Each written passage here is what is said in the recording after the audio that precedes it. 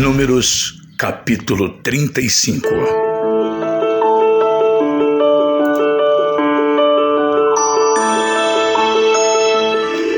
Nas planícies de Moabe, perto do rio Jordão, na altura de Jericó, que ficava no outro lado do rio, o Senhor disse a Moisés o seguinte: mande que os israelitas das terras que vão receber deem aos levitas algumas cidades onde esses possam morar e também terras de pastagens ao redor delas.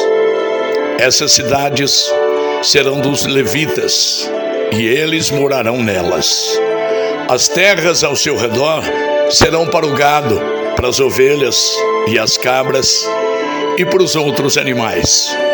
Os pastos ficarão em volta de toda a cidade, numa distância de 450 metros a partir da muralha.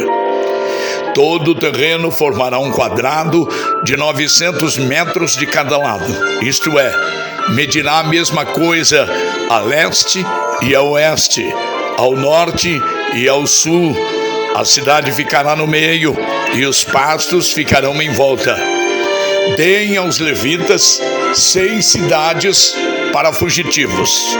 Se um homem sem querer ou por engano matar alguém, poderá fugir para uma dessas cidades.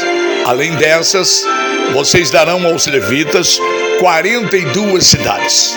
Portanto, o total será de 48 cidades, todas elas com pastos ao seu redor.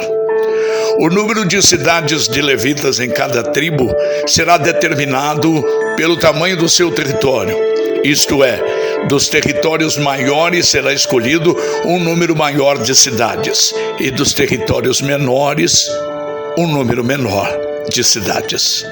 O Senhor Deus mandou que Moisés dissesse ao povo de Israel o seguinte: quando vocês atravessarem o rio Jordão para entrar em Canaã, deverão escolher algumas cidades para fugitivos, onde poderá ficar morando qualquer homem que sem querer ou por engano tenha matado alguém. Ali ele ficará a salvo do parente da vítima que estiver procurando vingança e não morrerá sem ter sido julgado em público. Escolham 6 cidades para fugitivos, 3 a leste do rio Jordão e 3 na terra de Canaã.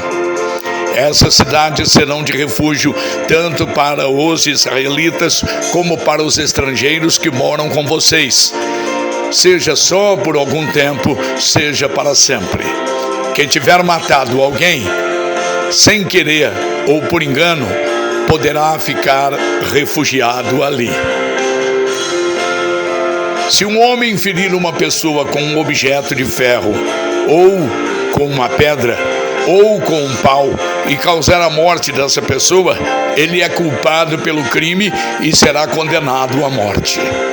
Quando o parente mais chegado do morto encontrar o assassino, deverá matá-lo.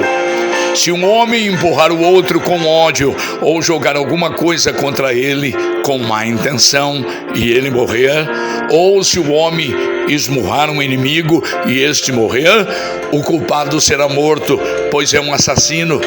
Quando o parente mais chegado do falecido encontrar o assassino, deverá matá-lo. Mas pode acontecer que alguém sem querer empurre o companheiro que não era seu inimigo, ou atire sem má intenção alguma coisa contra ele.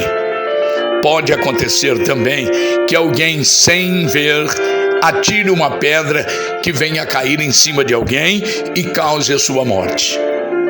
Porém, os dois não eram inimigos, e quem matou não fez isso de propósito. Nesses casos, o povo julgará a favor do que matou sem querer e não a favor do homem que era responsável por vingar a morte do seu parente.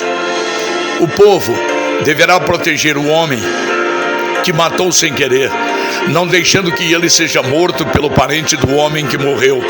O povo fará voltar a cidade de refúgio para onde havia fugido, e ali o assassino ficará até a morte do grande sacerdote que foi ungido com azeite sagrado. Mas se em qualquer tempo o homem que matou alguém sair da cidade de refúgio para onde havia fugido, e o responsável por vingar a morte do seu parente o encontrar, ele poderá matá-lo e não será culpado por essa morte. O homem que matou alguém deverá ficar na sua cidade de refúgio até a morte do grande sacerdote, mas depois poderá voltar para sua casa. Essas ordens serão uma lei para vocês e os seus descendentes em todos os lugares onde vocês morarem. Quem matar uma pessoa será condenado à morte, conforme o que 2 ou mais testemunhas disserem. Uma testemunha só não basta para condenar alguém à morte. A vida de um criminoso condenado à morte não pode ser comprada com dinheiro. Ele será morto.